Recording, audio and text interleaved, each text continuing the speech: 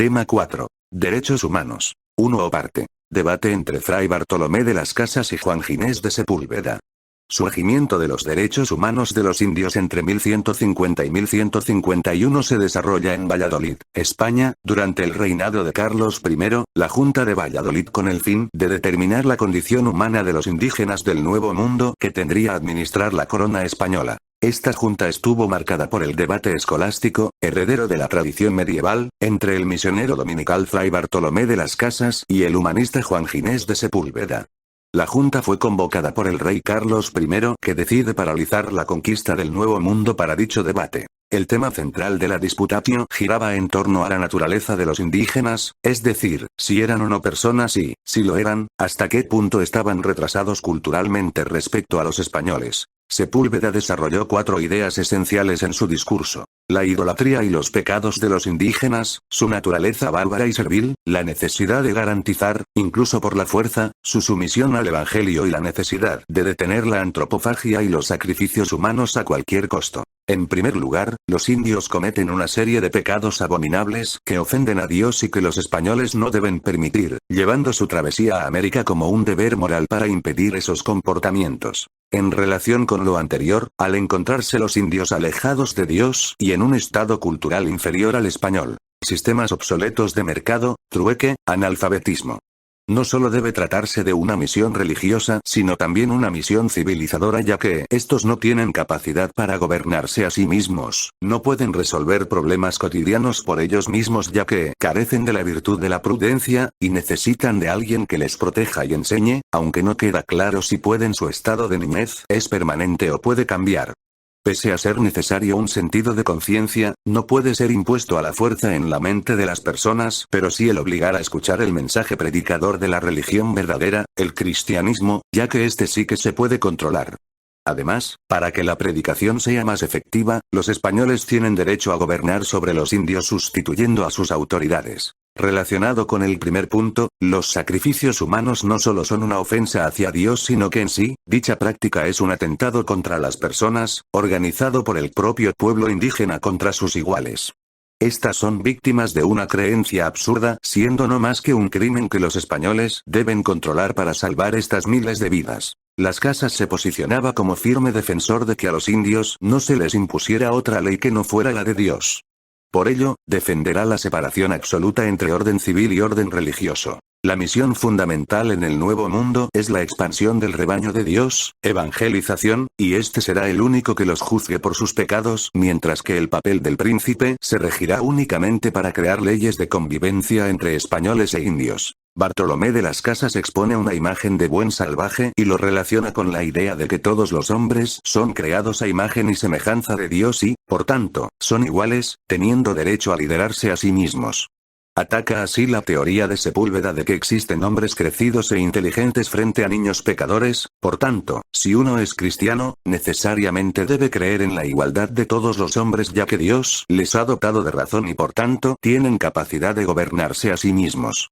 El planteamiento de las Casas presupone un derecho universal. Frente al argumento de Sepúlveda de que había que desposeer a los indios de sus instituciones políticas para evangelizarlos más fácilmente, las Casas afirmaba que Jesús no tomó el poder político en Roma para expandir la predicación, por lo que hacer lo contrario con los indios, de alguna manera, sería obrar contra la naturaleza cristiana.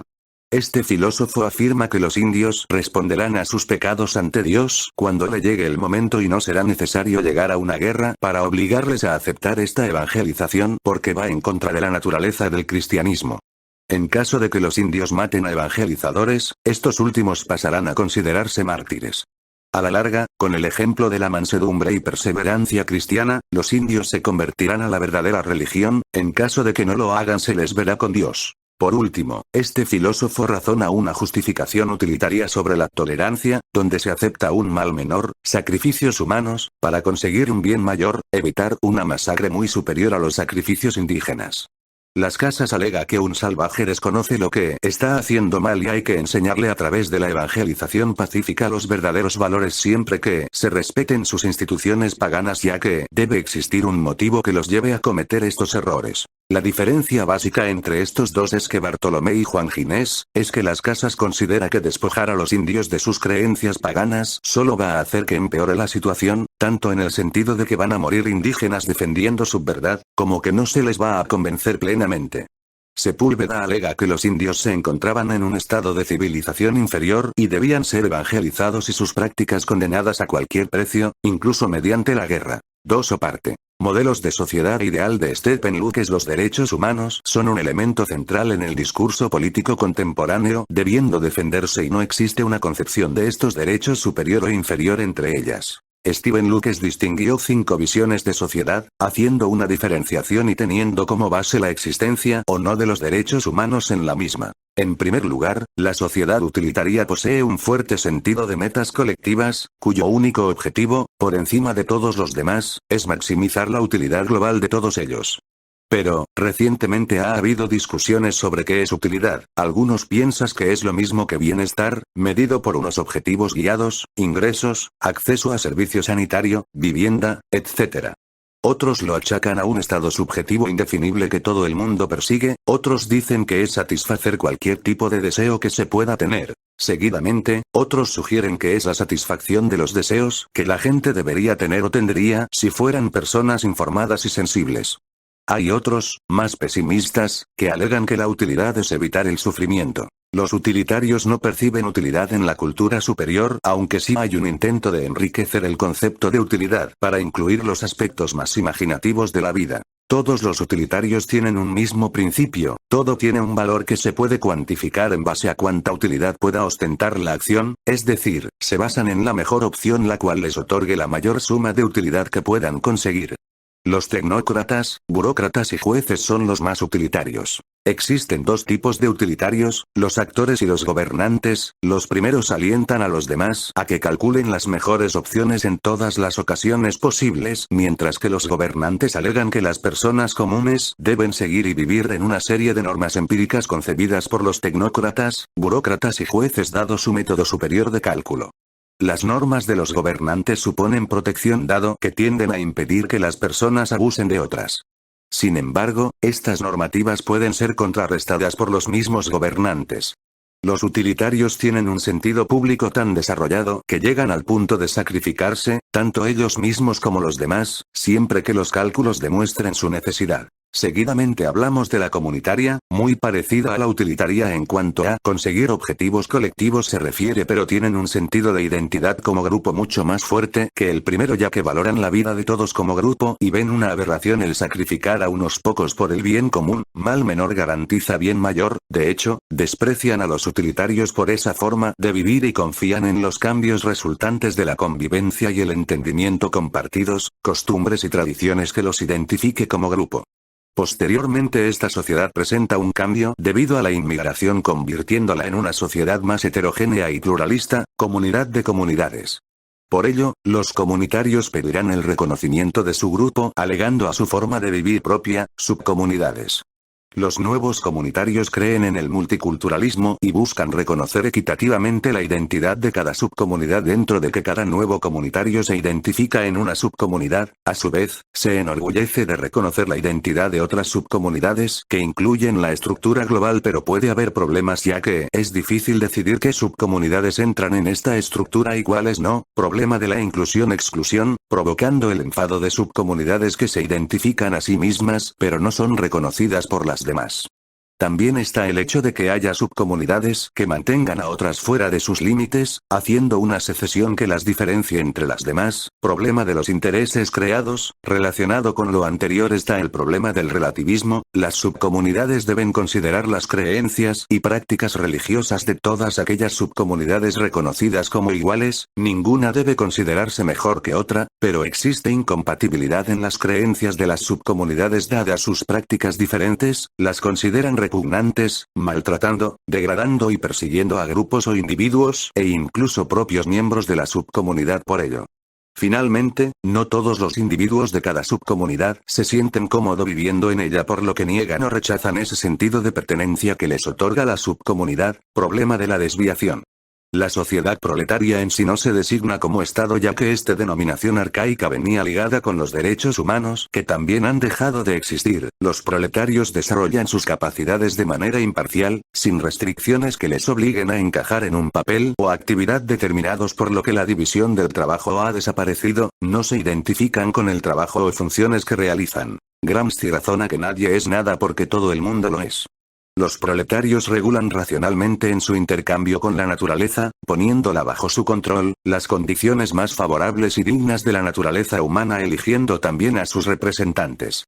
Engels afirma que el gobierno de las personas se ha sustituido por la administración de las cosas y la conducción de procesos de producción. No existe distinción entre trabajo y ocio, público y privado, el vínculo monetario. Marx alega que el dinero priva al mundo entero, humano y naturaleza, de su propio valor, además de que se convierte en mercancía, etc. En esta sociedad, todas las relaciones del hombre con la naturaleza hacen la verdadera vida individual propia, solo se produce lo que es capaz cada uno y se obtiene solo lo que se necesita. Las personas se identifican unas con otras, pero, al contrario que la comunitaria, de manera equitativa en general, ya que todos son igual y plenamente humanos, siendo todas las relaciones recíprocas. No existe una única forma de vida, cada individuo desarrolla la suya propia, multilateral en su producción como en su consumo, libre de impedimentos externos. Tampoco existen contradicciones de intereses entre los individuos por separado o la familia individual frente al interés de todos los individuos que se relacionan entre sí.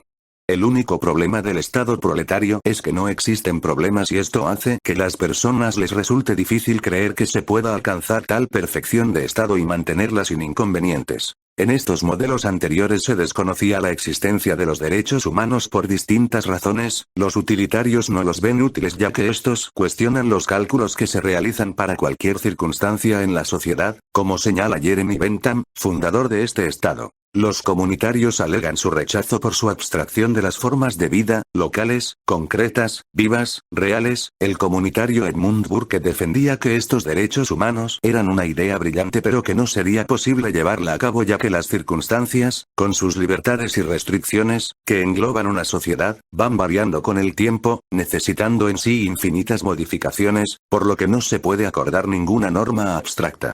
Alasdair Macintire completa esta respuesta razonando que las formas de comportamiento que presuponen esos derechos tienen un carácter muy específico y local, y la existencia de tipos particulares de instituciones o prácticas sociales es una condición necesaria para saber que reclamar la posesión de un derecho sea una forma clara de realización humana. Los proletarios, ya con Karl Marx, rechazan los derechos humanos, ya que es una idea absurda y obsoleta por dos razones, que hacen sentir simpatía por el contrario en la lucha de clases, cuando lo que importa es ganar nuestra moral contra la suya, como alegan Trotsky y Lenin, que señala que la moral está subordinada a los intereses de la lucha de clases del proletariado contra los explotadores, y considerar los derechos humanos como anacrónicos, porque solo habían sido necesarios en eras anteriores que requerían protección contra daños y peligros generados por un mundo imperfecto, conflictivo y desgarrado por las clases. Una vez que ese mundo renaciera, los seres humanos emancipados podrían vivir en abundancia, en comunidad y con libertad de poder desarrollarse, libres de derechos. Estas sociedades muestran que aceptar el principio de los derechos humanos no hace más que restringirnos en la búsqueda de mejorar la sociedad, dando una abstracción de las relaciones sociales. Se garantiza una forma de vivir al individuo, independientemente de si está conforme o no con la vida de su comunidad, y presupone unos hechos existenciales permanentes en las personas. Se buscará de manera racional e imperfecta objetivos individuales y colectivos, se priorizará los intereses propios y de la comunidad frente a las demás, etc. Ahora bien, si se considera la existencia de los derechos humanos, se perciben dos modelos de Estado, la sociedad libertaria y la sociedad egalitaria. La sociedad libertaria basa su estilo de vida en los principios del mercado, donde todo lo que tenga valor tiene un precio y se puede comprar y vender, estando sujeto a un análisis coste-beneficio. El derecho básico en este modelo de sociedad es el de la propiedad, desde sí mismo hasta todo lo demás. Los libertarios exigen por desarrollar sus talentos y capacidades una recompensa equitativa en base a ese desarrollo, ante el trabajo realizado obtener un apremio. También ejercen el derecho de transferir voluntariamente de sus pertenencias, dar, recibir e intercambiar para el beneficio mutuo mediante la educación privada y la herencia de riquezas. Apenas existen impuestos negativos los cuales se usan para mantener el sistema de libre cambio de esta sociedad. Al mismo tiempo, no se permite la redistribución obligatoria ya que viola los derechos gananciales de los libertarios. Existe desigualdad de clases basadas en el talento, la clase social y la fuerza de los individuos. No existen los servicios públicos, educación, sanidad, ocio, servicios, electricidad, gas, agua, entre otros, etc. Y a aquellos que no posean talento para llevar a cabo una vida digna se le provee de cierta caridad. Sin embargo, estas desgracias no se consideran una injusticia ya que no son resultado no vulnerar los derechos de nadie. De hecho, existe libertad total de expresión y asociación, todos tienen derechos, voto, donde perdura la ley y hay igualdad de oportunidades, se prohíbe la discriminación activa contra individuos o grupos, pero sí hay desigualdad en los puestos de trabajo y recompensas, aunque existen privilegiados que poseen una ventaja respecto a otros por su procedencia social. En esta sociedad, dentro de que existen los derechos humanos, no tienen mucho peso por dos motivos, si bien es cierto que se respetan los derechos civiles básicos, sufragio universal, no existe la tortura, impera la ley, libertad de expresión y asociación e igualdad de oportunidades, no se respetan por igual, no a todos los libertarios se les trata como humanos iguales, todos tienen derechos pero aquellos con talentos tienen mayor influencia e importancia que los que no. La otra razón es el derecho ilimitado a cualquier recompensa que su capacidad y esfuerzo pueda obtener en el mercado, y a realizar elecciones voluntarias que les beneficien a ellos y sus familias, conllevando a un gran egoísmo por avanzar en su propio interés o el de su familia, es insensible ante las necesidades de los demás, independientemente de si esas necesidades son más urgentes o de que él y su familia consigan los beneficios a costa de la desgracia de otros, siendo la estructura de vida libertaria injusta. Por otro lado, la sociedad egalitaria trata a todos los individuos de la misma manera porque todos tienen el mismo valor, su bienestar y libertad tienen los mismos valores, no hay diferenciación. Las libertades básicas, tolerancia, leyes, igualdad de oportunidades, se garantizan constitucionalmente y son realizadas por los propios egalitarios ante el compromiso de que las condiciones de vida sean tales que estos derechos iguales tengan el mismo valor para todos. Si bien esta idea difiere entre los egalitarios, consideran que se puede crear una estructura económica y política básica que haga que todo el mundo tenga una calidad de vida mejor, priorizando las condiciones de los menos afortunados. Los impuestos graduales deben garantizar un nivel mínimo de vida para todos, pero dentro de este modelo social existe un impulso de elevar ese mínimo, eliminando desventajas involuntarias producto de la religión, etnia, clase o género, buscando políticas que consigan que los egalitarios sean más iguales en sus condiciones de vida. Existen razones para dudar de este modelo de sociedad. En primer lugar, la denominada constricción libertaria, los egalitarios buscan conseguir el máximo crecimiento económico, sin alcanzar la igualdad a costa de la eficacia. En su lugar, buscan una economía que les permita tener un nivel de vida equitativo y a su vez el que obtenga el mayor nivel económico factible. Sin embargo, si el coste de más igualdad es tener menores perspectivas de prosperar para todos o la mayoría, esta forma de vivir, bajo condiciones de plena libertad, desaparece. Por otro lado, los mercados, indispensables, no pueden distribuir los bienes públicos de manera justa, no pueden equilibrar adquisitivamente a todo el mundo equitativamente, demostrándose que ninguna economía funciona con altruismo y incentivos morales, siendo el incentivo material indispensable para su buen funcionamiento. Cualquier economía factible y viable debe basarse en procesos de mercado e incentivos materiales, controlados y complementados, creando y reforzando las desigualdades que quieren eliminar. La segunda razón es la llamada constricción comunitaria, en la que los egalitarios esperan que todos los individuos puedan idealizar sus propias opiniones y circunstancias, públicas y políticas, viéndose en conjunto de manera imparcial, mismo valor en cuanto a vida, bienestar y libertad. Sin embargo, esto es poco factible ya que las personas crean vínculos con su comunidad, creando una fraternidad en aquellos pertenecientes al grupo, en contraste con los demás que son solo extraños, son vistos como una amenaza para la comunidad.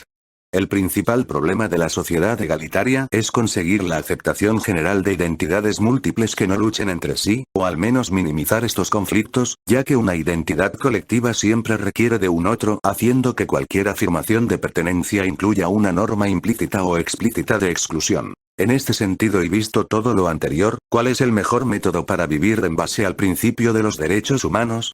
La respuesta es que este principio debe incluir los derechos civiles y políticos básicos, imperio de la ley, libertad de expresión y asociación, igualdad de oportunidades y derecho a un nivel básico de bienestar material.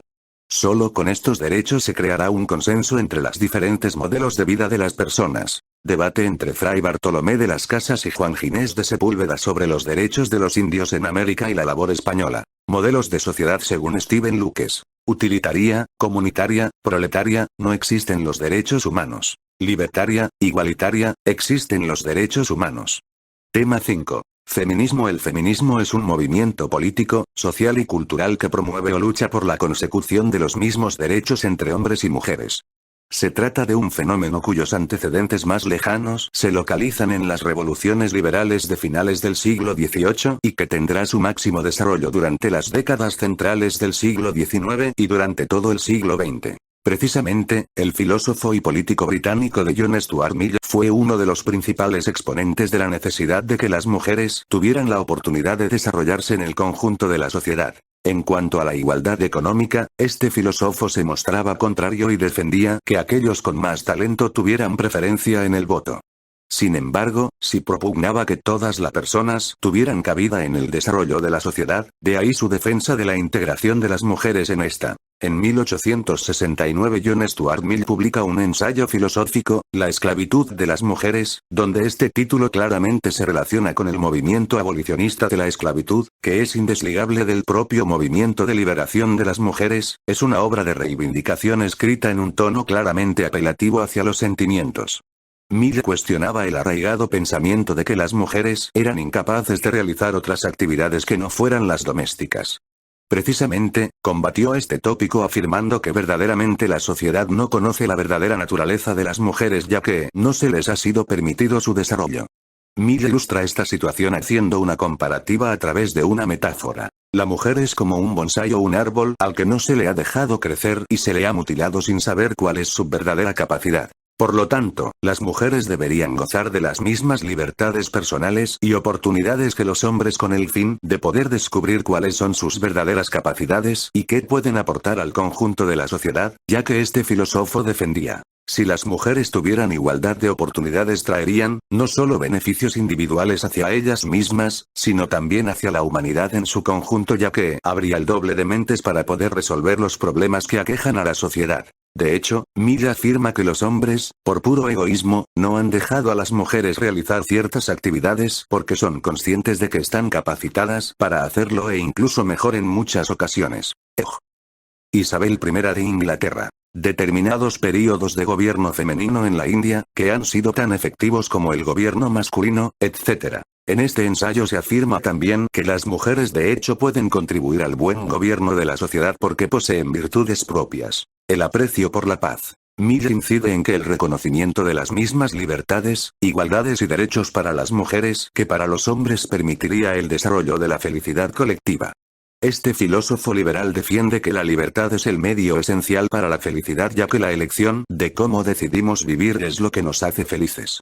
El hecho de sentirnos libres es de por sí una experiencia placentera. Por tanto, si la libertad es un componente de la felicidad, negar la libertad de las mujeres sería impedirles encontrar su felicidad. De esta manera, negar al 50% de la población su propia felicidad acarreará graves consecuencias en el conjunto de la sociedad que serán perjudiciales al mismo.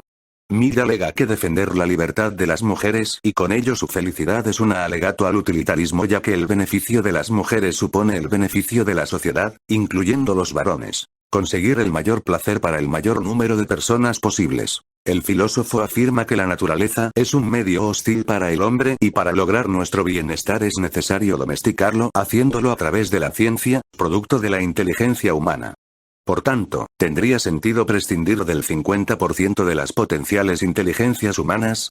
Ese sería el error que cometeríamos al impedir a las mujeres el acceso a la universidad y así, estaríamos privando al conjunto de la humanidad del progreso tecnológico. Mill cree en la meritocracia. Todos debemos tener equidad de oportunidad según los logros obtenidos, independientemente del sexo. Este filósofo alega que la educación en los valores de igualdad entre hombres y mujeres deben enseñarse a edades tempranas, siendo la familia la que inicia a los niños en estos valores. La familia debe ser la primera escuela de igualdad. Por último, las relaciones entre hombres y mujeres mejorarían al hallarse ambos individuos en una situación de semejanza, ya que Mill afirma que las personas encontramos satisfacción cuando nos relacionamos con personas semejantes y no subordinadas. Definición de feminismo. John Stuart Mill como principal exponente. Publicación de su ensayo La esclavitud de las mujeres, 1869. Relación sobre abolición de la servidumbre de la mujer con la esclavitud general. Argumentos. Tópico de la incapacidad femenina de realizar actividades que no sean domésticas. Impedimento de su desarrollo intelectual. Desconocimiento de naturaleza femenina. Necesidad de mismas libertades y oportunidades que los hombres. A mayor libertad, mayor felicidad en general. Utilitarismo. Importancia del desarrollo de facultades, inteligencia, para contribuir al progreso tecnológico conjunto. Imprescindible la educación igualitaria dentro del ámbito familiar. Mismo trato entre personas, mayor felicidad. Tema 6. Paz. Las imperfecciones de la naturaleza humana, producto del egoísmo, impiden construir una sociedad pacífica y, desde el siglo XVIII, se ha intentado desmontar esta conclusión buscando una respuesta para conseguir la paz, aunque con pobres resultados. Discursos fallidos moralizantes, que evangelicen, en contra de la guerra y a favor del pacifismo. Han existido a lo largo de la historia diferentes corrientes de pensamiento con respecto a este tema. En primer lugar, el pensador chino Mozi, alegaba que las personas, de forma innata, eran buenas y que al ser tratadas justamente el trato recibido sería recíproco. Se debe tratar a los demás de la misma manera en la que nos gustaría que nos tratasen y obtener una respuesta mutua por parte del otro, defendiendo el amor universal, preocupándose por los demás, independientemente de sus circunstancias, y discrepando del pensamiento de Confucio sobre las relaciones familiares. Confucio distinguía dos vías alternativas del principio de la moral, donde la persona verdaderamente benevolente no se cuestiona por qué tiene que hacer el bien, y en la que la moral es un pacto social. Somos amables y generosos con los demás para que los demás lo sean con nosotros, así todos salimos beneficiados. Utilitarismo.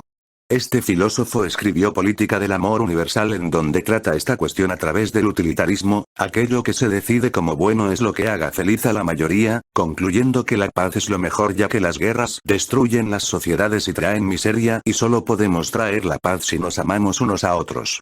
También, incide en que la cultura tiene valor siempre que sea práctica, al contrario de Confucio, que lo discierne como un placer en sí mismo. Todo tiene que servir para algo, y si no lo hace no puede ser bueno. Mozi es muy tajante en cuanto a lo destructivas que son las guerras, no solo por la violencia que generan, sino también por los daños colaterales que trae, hambre, enfermedades, etc. La teoría política y la doctrina moral deben garantizar una sociedad pacífica en aumento, resultante del bienestar económico. Si se produce una guerra, la población disminuye, reclutamiento forzoso, y los trabajos se detienen, provocando un paro en la economía y en el bienestar de la comunidad. Falta de recursos y personas a consecuencia de la guerra resulta en la disminución progresiva de la población. Su teoría sobre los males de su época coincide con el pensamiento taoísta. El Tao, principio del orden en el universo, debe reinar para que haya paz e igualdad social, ya que esta desigualdad, desequilibrio entre lo masculino y lo femenino, origina las guerras. Tratado en el libro Tao Te Ching de Lao Tse, que indica la importancia de la dualidad en todos los ámbitos, yin y yang, masculino y femenino, día y noche, etc. Y su realidad, enseñando cómo vivirla sin necesidad de un gobierno. Si la sociedad es igualitaria, no es necesario alguien que gobierne, dando como resultado una utopía anarquista. El predominio de algo sobre otro siempre provocará desigualdad y conflicto, por lo que se debe inculcar una cultura de paz y no agresión. También afirma que el origen de la guerra y los conflictos morales es la parcialidad. Se debe tener un amor imparcial, ya que este amor no es un sentimiento. No hace falta vincularse emocionalmente con todos al igual que con la familia, sino un comportamiento para los demás, a pesar de que esta posibilidad es ingenua, por no decir imposible, aunque este pensador opina lo contrario, viéndolo viable a través de una divinidad que recompensa a los que practican el amor universal y castiga a los que no, siendo de por sí contradictorio con su propia teoría que obliga a las personas a ser buenas para no ser castigadas y favorecidas. La racionalidad toma un papel importante en la ideología de Mozi, ya que, siendo racionales, se puede discernir dónde está el bien, poniéndolo en práctica y evitando generar conflictos. Esto es imposible, puesto que el problema al que se enfrenta la filosofía moral es que los seres humanos sabemos que está bien y, aún así, decidimos actuar mal. El planteamiento de Motse dejó muchas cuestiones sin responder, las cuales se intentó dar respuesta en la Ilustración. Albert Hirschman marcó un antes y un después en el pensamiento histórico, económico y filosófico con su libro Las pasiones y los intereses. Argumentos a favor del capitalismo antes de su triunfo, donde indica que el ser humano es pasional por naturaleza y son estas pasiones las que los destruyen, por lo que se deben controlar.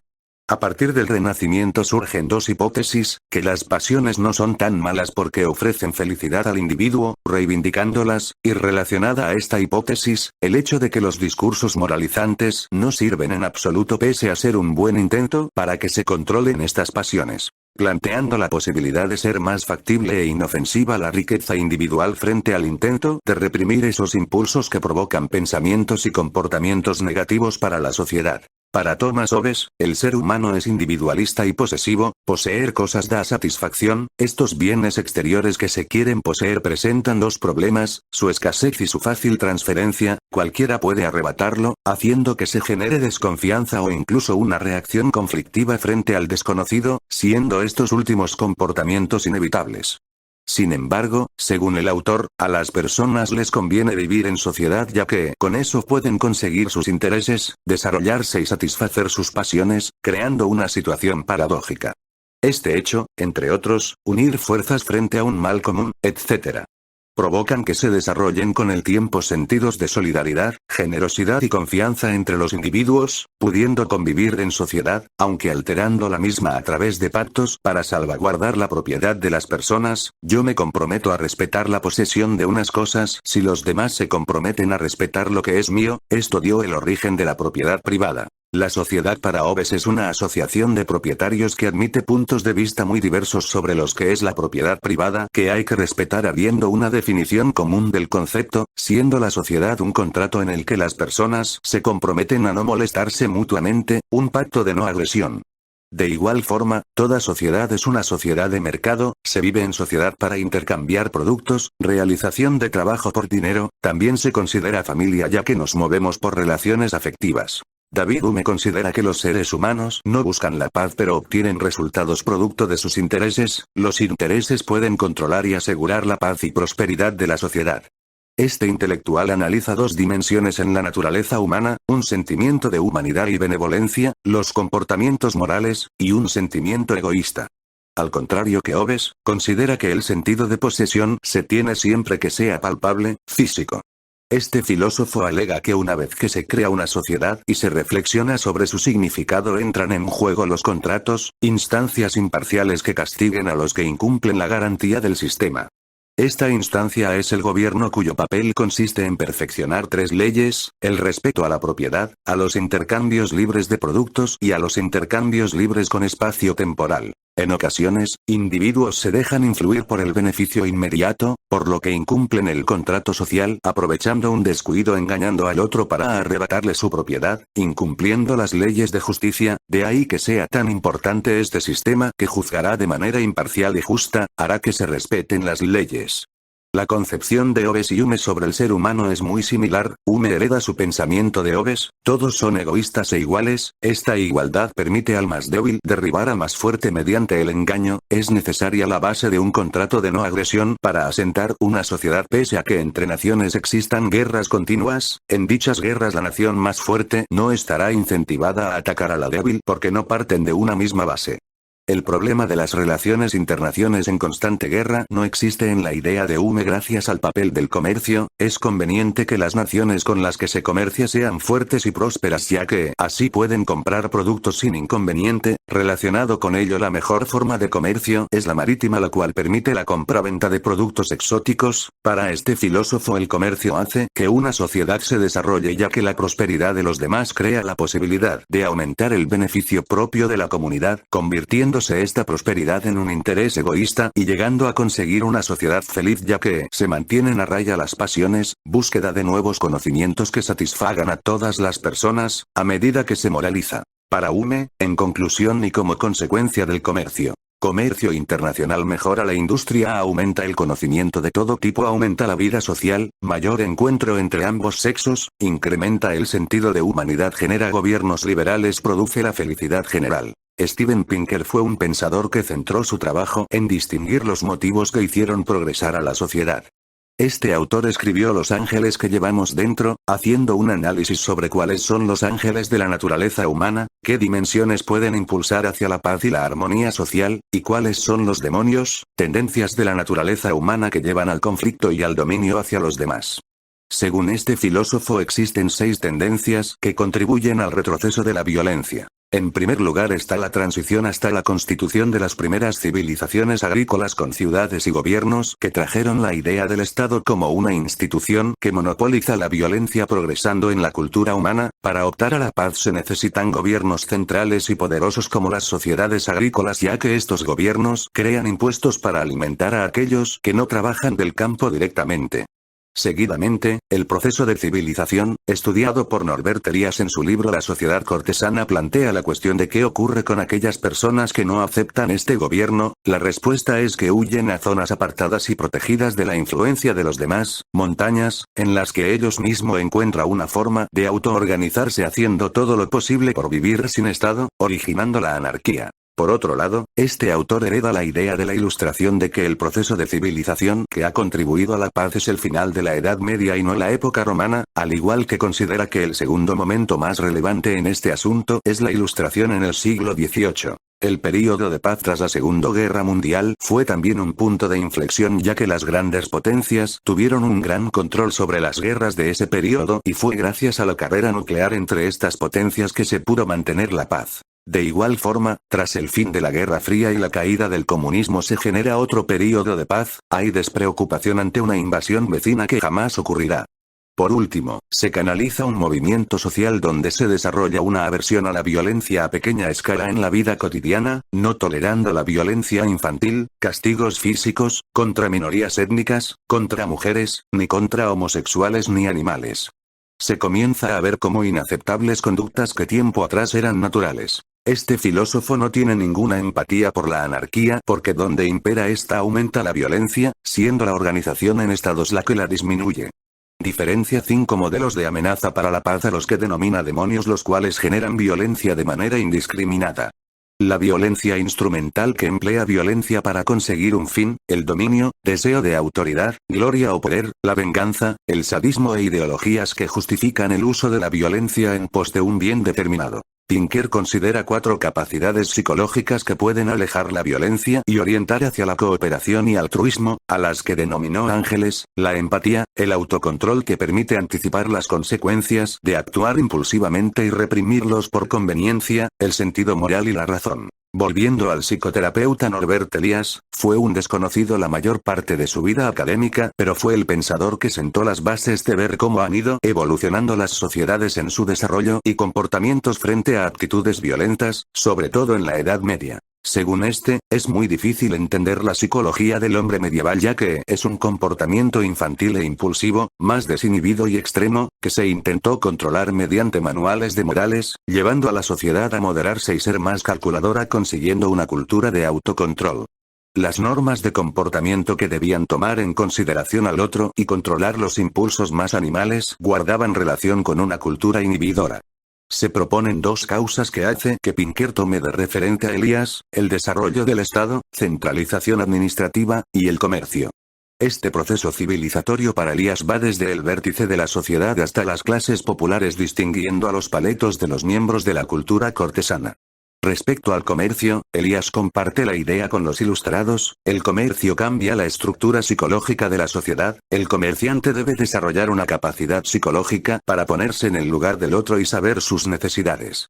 La cultura se transforma de ser una cultura del honor, tendencia a los conflictos y a la venganza, a una cultura de la dignidad, disposición a controlar de las emociones, fomentada por el comercio reforzado, a su vez, por el Leviatán. Pinker diferencia 5 fuerzas históricas que favorecen la inclinación a la paz e impulsan los descensos en la violencia que se han producido en la historia, como el Leviatán con su uso legítimo de la fuerza, Violencia, el comercio, que aumenta la riqueza ya que todos pueden ganar, la feminización, proceso en el que las se han comenzado a respetar los intereses y valores de las mujeres, el cosmopolitismo que aumenta la simpatía hacia otras perspectivas gracias a una mayor educación y movilidad social, o la escalera mecánica de la razón, que aplica los conocimientos y pensamientos racionales obtenidos para solventar asuntos humanos, forzando a reconocer la inutilidad de la violencia, redefiniéndola como un problema que necesita resolverse, no un combate que debe ganarse y rebajar los intereses propios sobre los demás.